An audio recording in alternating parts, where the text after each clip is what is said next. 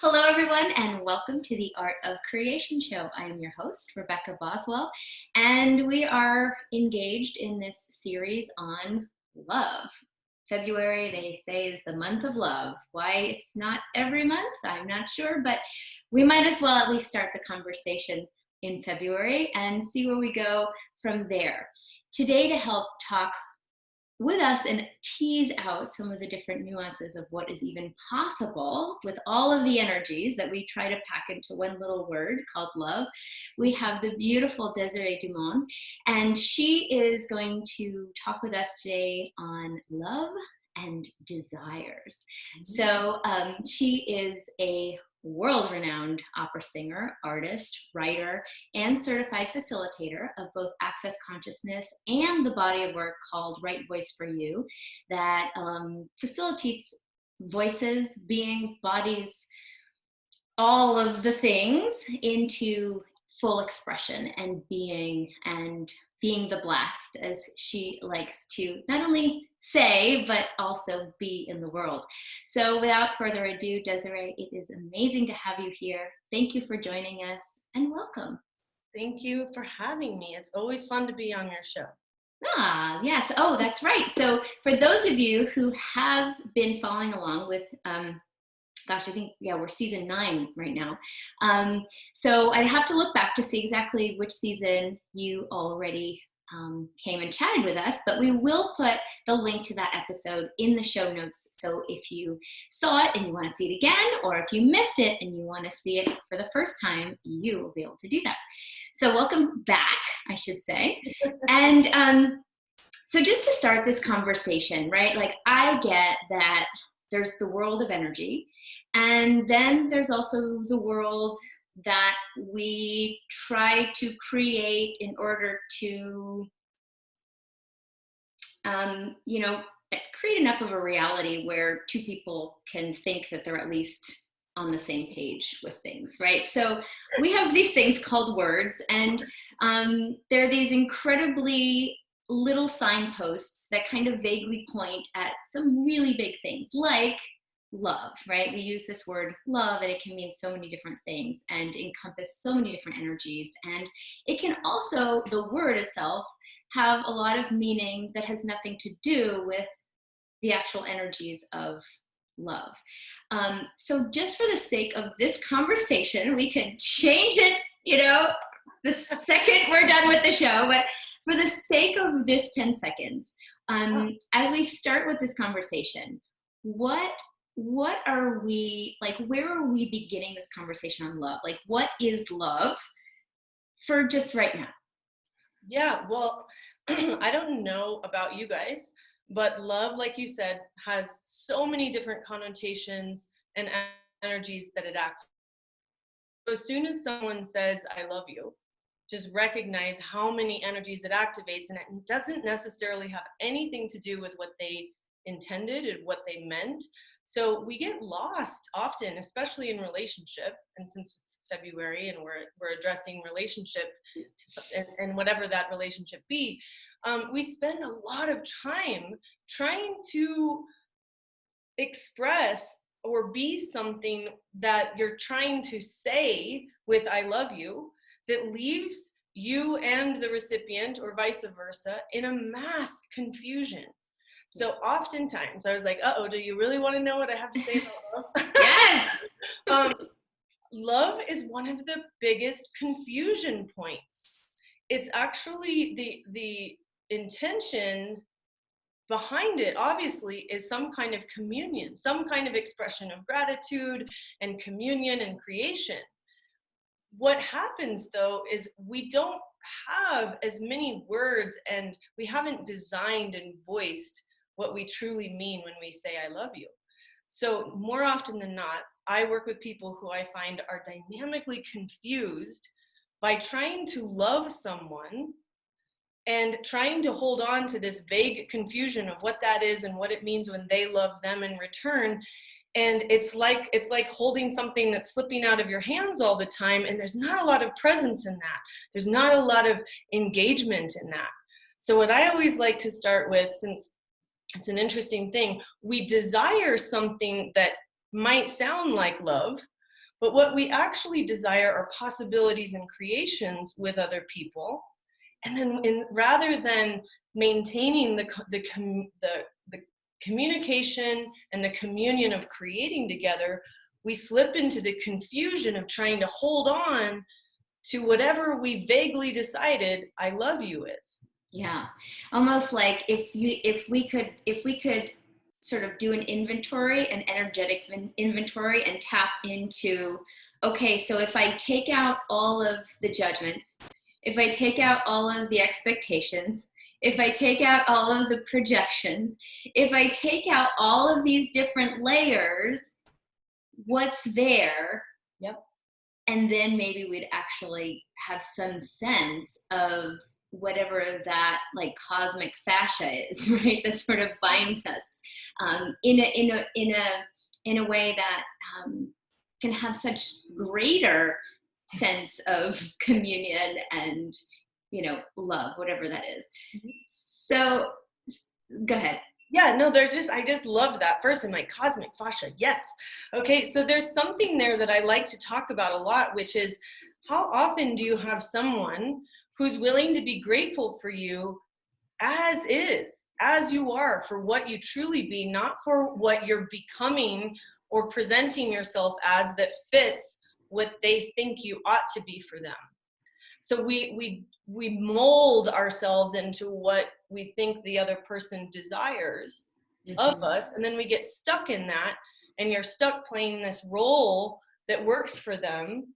But how often is it that you have somebody who doesn't require to see any of those facades or those fronts that you play, and they just love you? Not truly. It's really a gratitude.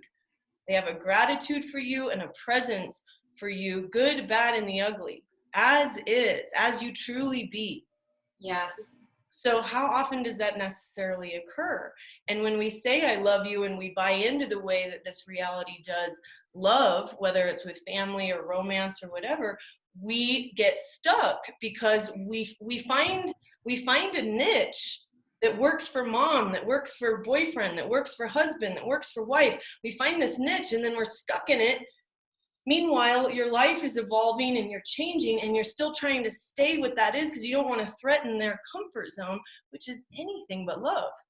Yeah, right. Because now you're in, you're operating as a program as opposed to just simply being organically with what is coming.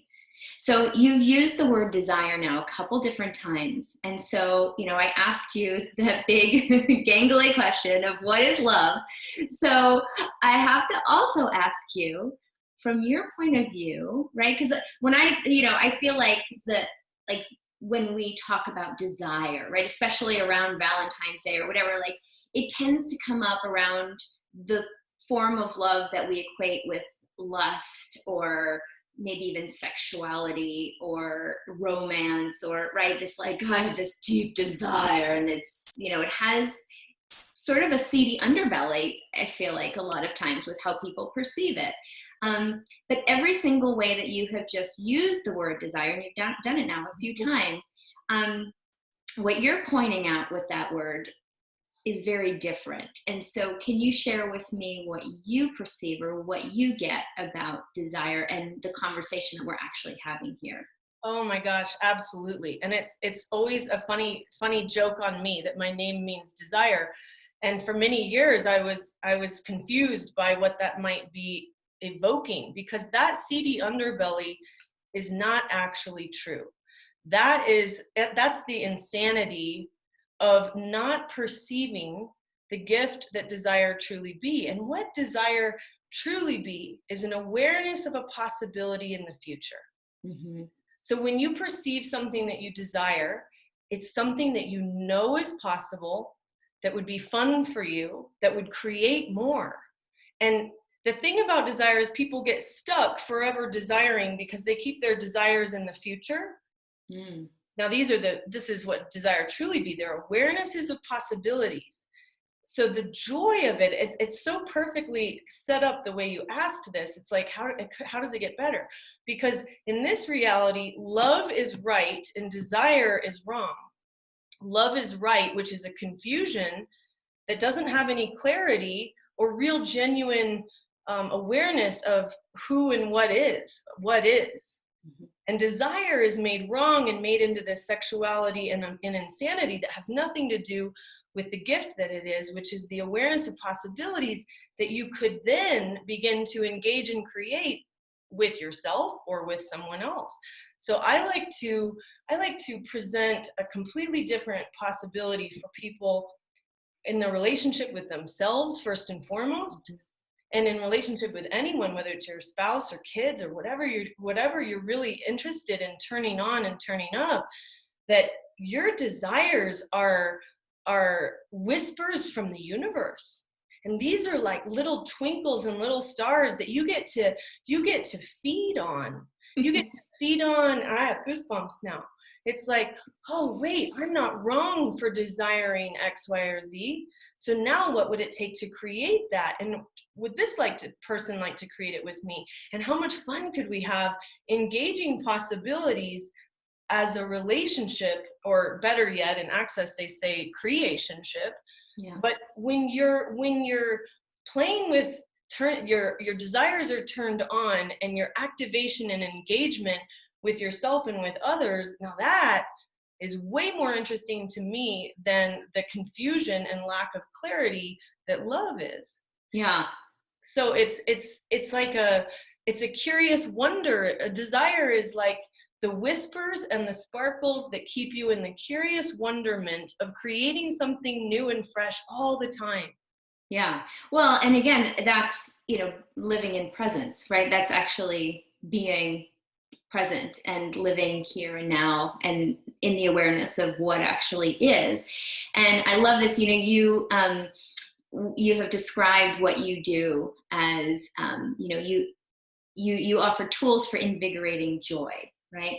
And you've also said that desires are like the guiding light, Yes, to what the world requires. Yes, guys. So tell me more about that. Tell us more about what that is, and what's the invitation for us actually stepping into that individually, even if this is a somewhat new conversation. Oh, that's like, how does it get better than that kind of a question? So it's just different with each and every person, and all the different kinds of classes and sessions and things that are available. Like, please know that I don't know that I can answer that to every listener right now, but what can occur is, if you have had anything like what happened for me, like as a child, there's all this joy and light and wonder, and there was no shame in desiring something. Do you remember a time when you desired a tree house and there was no shame in the desire of it? And in the desiring of it, you started to find, whatever it would take to maybe build it, or you started to manipulate your parents and try to get them to buy you one, or you would do whatever it took because you were activating and engaging your desire shamelessly, unapologetically, knowing, that creation's going to create all this stuff, and we're going to play up there, and I'm going to invite everyone, we're going to make a blah, blah, blah, blah, blah. And it leads to more and more and more. But we, at some point, trivialized that kind of wonderment.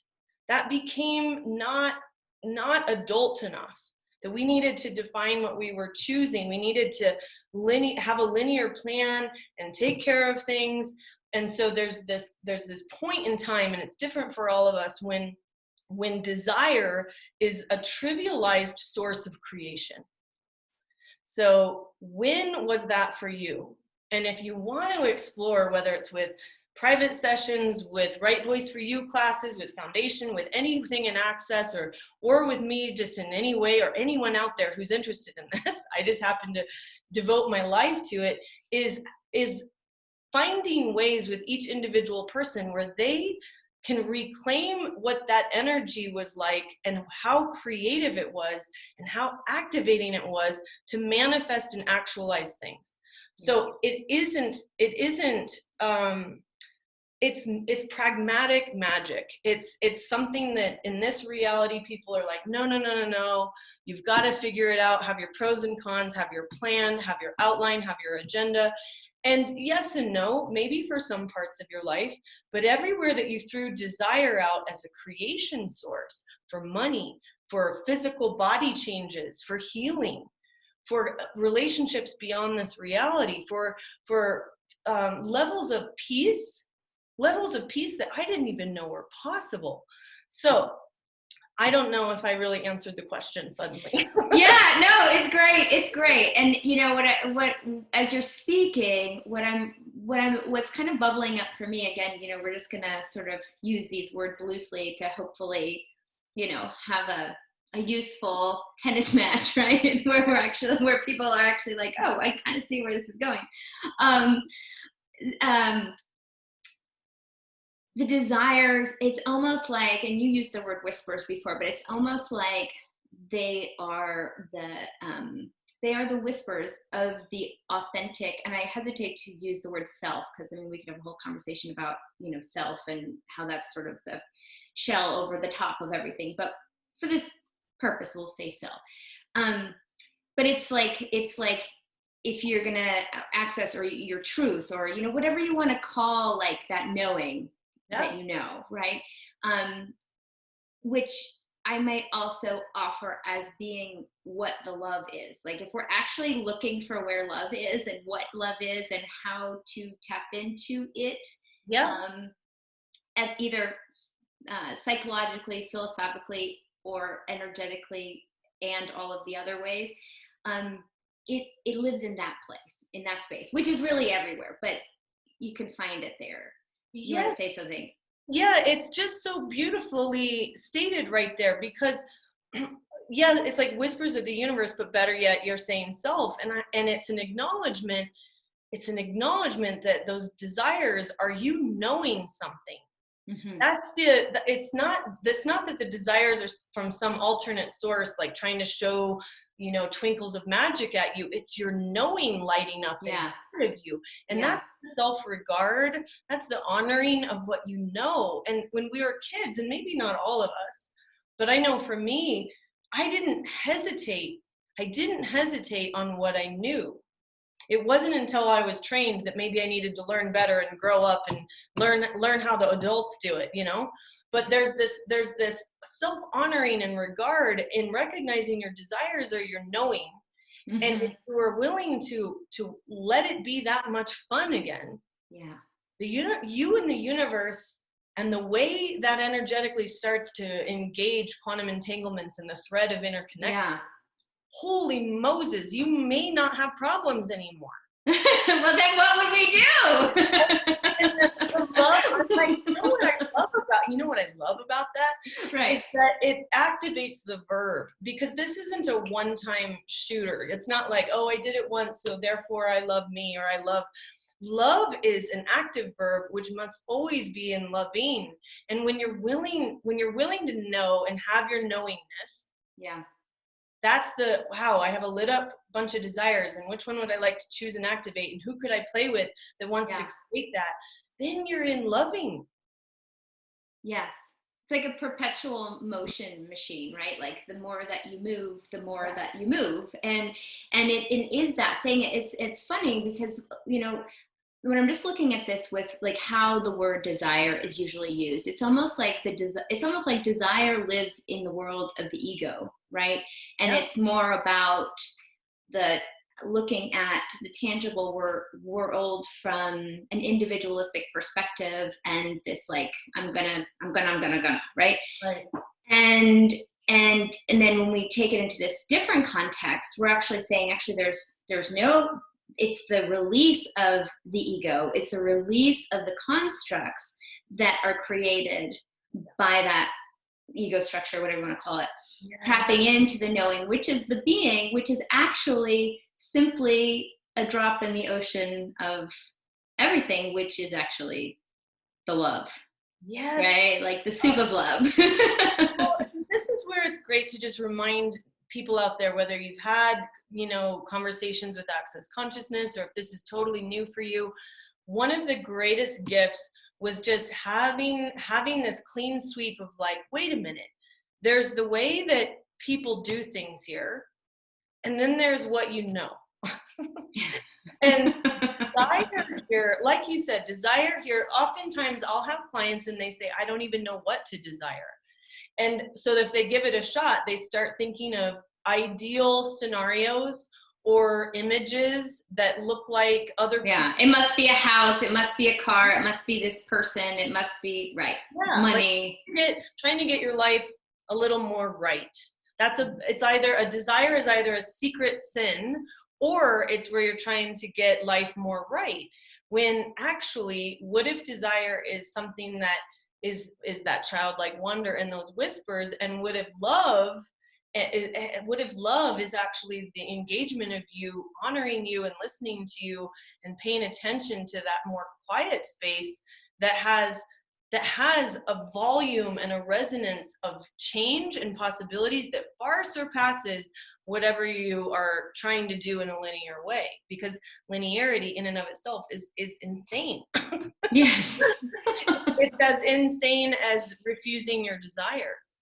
So you can start with something like, I'd like to have $1 million, or I'd like for my marriage to be healthier. You can start with those things and start to play with it. It's not wrong.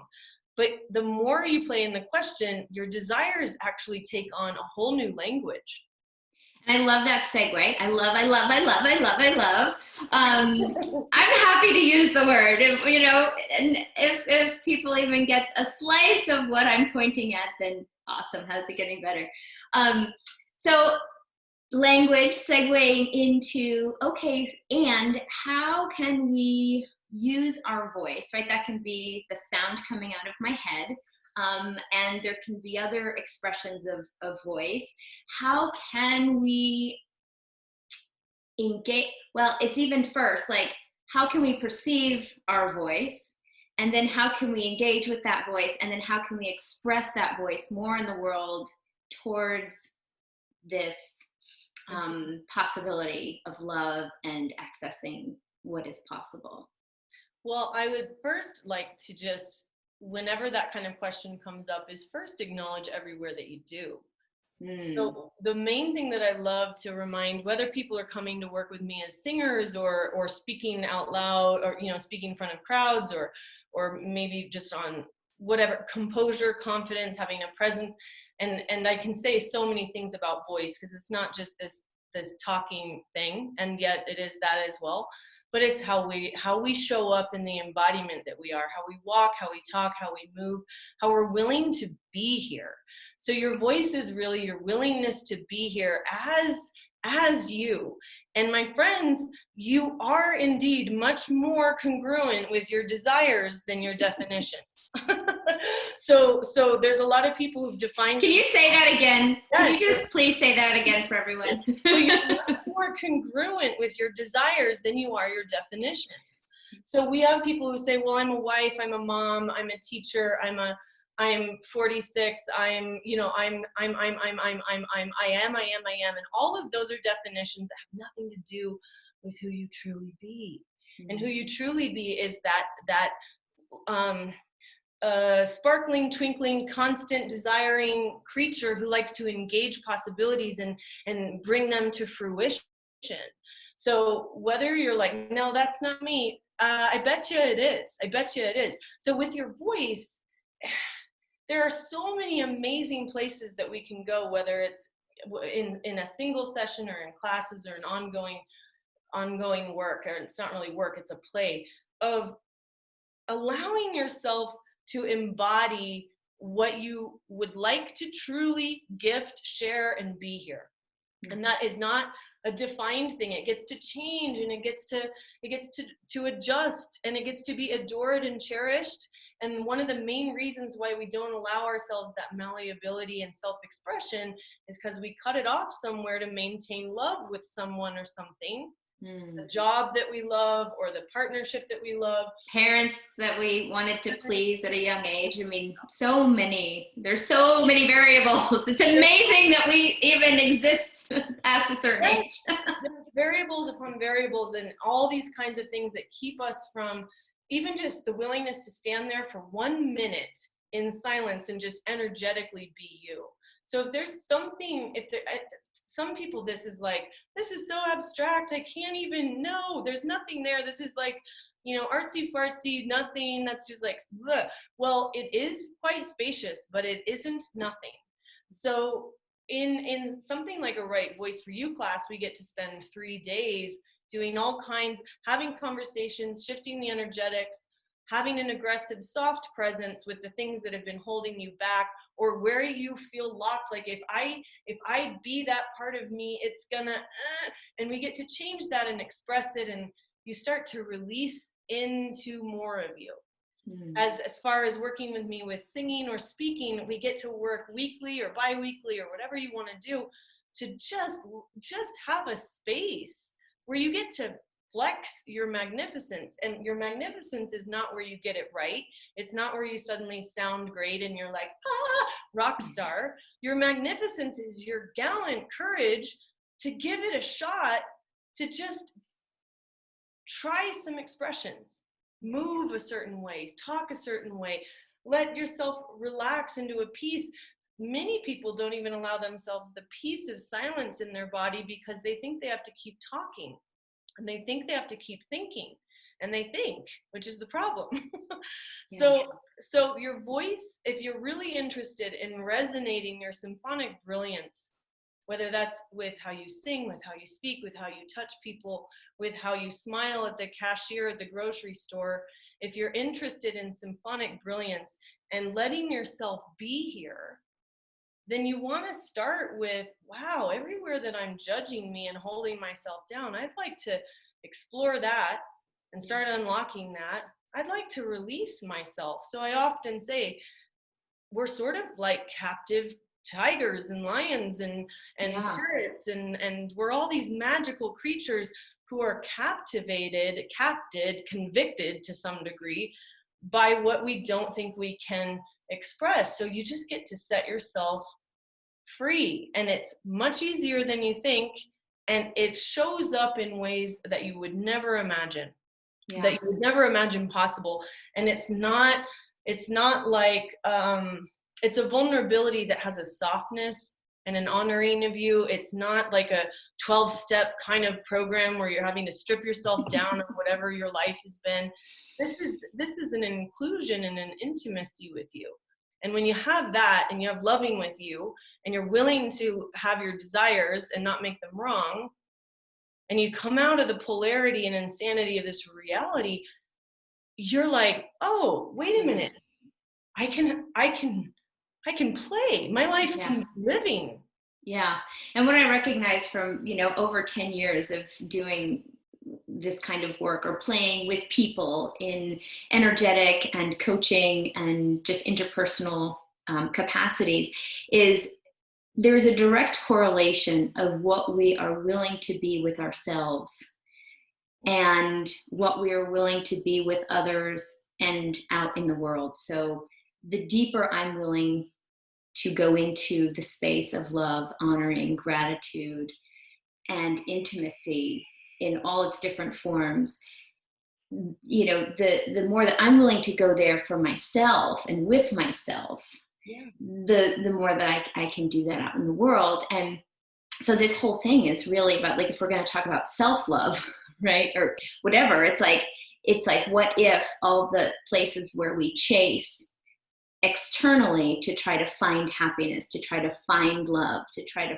find, that missing piece, everything you're saying is, it's actually already right here. And all there, you're already all of it. And I just was working with someone before this call, and it was so amazing because she got to a place where she's like, she really got that I don't need to go find something.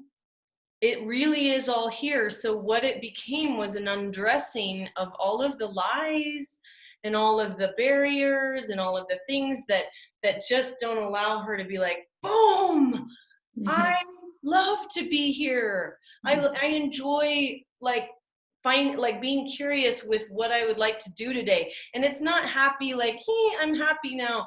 It's this softness of like, I matter. I'm already full. I'm already a masterpiece. I'm just hiding myself from me.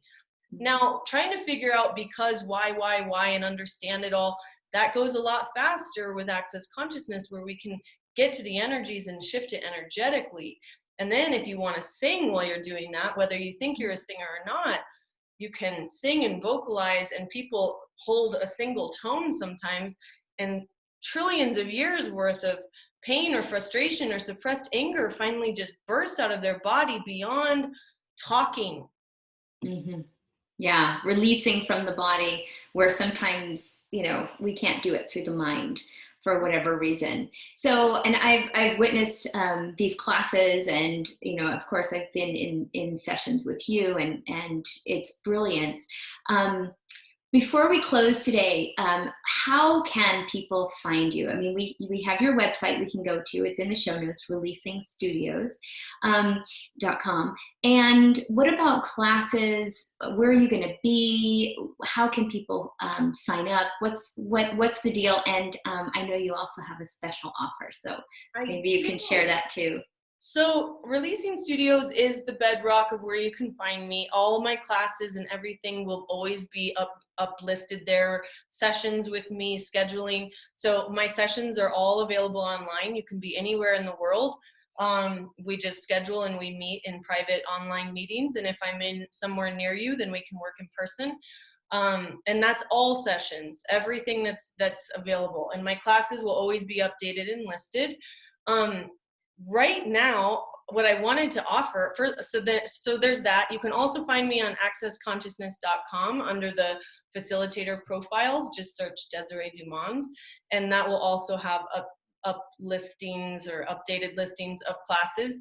Right now, we don't have specific dates, but there's a bunch of classes coming soon. There will be a foundation in California soon, a foundation in Denver. Right Voice for You is coming to Turkey. Wow. Bali.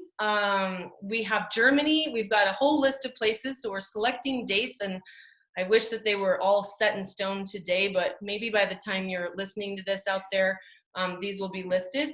As far as private sessions, weekly sessions, things like that, you can find me any day at any time. I'm usually within a day of responding to you to get you scheduled. I have lots of fun, like daily Facebook Live book clubs and things. You can find me on Facebook. You can just ask to befriend me under Desiree DuMonde, or you can go to Releasing Studios on Facebook. Find me there as well. And I do a lot of online fun, amazing things right now. I'm doing 21 days of what am I doing? Beyond the Utopian Ideal. It's not here. That was a good book too. Yeah. And so there's all kinds of things like that. And as of this very moment, I can't tell you where my next performance would be as a singer, but I also always invite people to those great creations, because when we really truly create what we desire, and one of my greatest desires is to make music and to really vibrate my body and sing beautiful music, and it's not what it appears to be. It's not like going to the opera or going to a concert of songs. It's really an experience of just allowing bodies to contribute to each other's bodies in a different way. So if anything, everything should be listed there. Right now, I'm in the middle of trying to pick dates and schedule everything, but you're welcome to find me. And the deal is, if you would like, if you've been listening and you'd like a discount on a session, the code is AOFC25. Art of F, I don't know what F is. Fun! Art of F Creation 25. Art of Fun Creations. Art of Fun Creation Show. So so we can just also put that in there, but that will give you a discount on a session or a package or whatever you'd like to play with. So just go to my shop. Awesome. And if anyone watching this does have the opportunity to go and see Desiree perform, you are actually receiving a healing session. There is sound therapy and therapies with tuning forks and all kinds of things that use different audible waves. And when I have experienced your singing presence and just the tones that you create, they're beautiful, and I can feel it in every cell of my body, which is pretty amazing. So if you watching have the opportunity to see her somewhere, and she performs all around the world, so Don't worry, if you're not in the United States, that really has no bearing, because you probably are out of the country more than in the country these days. Well, and hopefully, what would it take? One of my desires is to really have some amazing recordings that are more available. So what would it take? That's a desire, and I'm willing to say it out to the world. Yes. When you have a desire like that, just do whatever it takes to create it. So maybe by the next time I'm on this show, we can put a link to my album on there. Yes. What would it take? Oh, I love that. Okay, well, I'm going to contribute to that. All right, well, thank you so much, Desiree. It's always a pleasure to speak with you and play with you and just be with you. I really had fun today. I think there's a lot. There are some really juicy nuggets in here, and I just suspect that this is one to go back and listen to more than once. So thank you for helping to co-create this experience today. And thank you, everybody who's watching at home. You being a part of this is also part of the creation. So whether you're watching it on the day that we recorded, or you're watching it 10 years from now, you are still a part of the magic that we are all creating together. So we are grateful for you. As always, you can find more about me at RebeccaBoswell.com. And we have another guest next Friday, another aspect of this big gangly possibility of love. So make sure that you tune in next week as well. And until then, I wonder what we will discover next. Goodbye, everybody. Bye.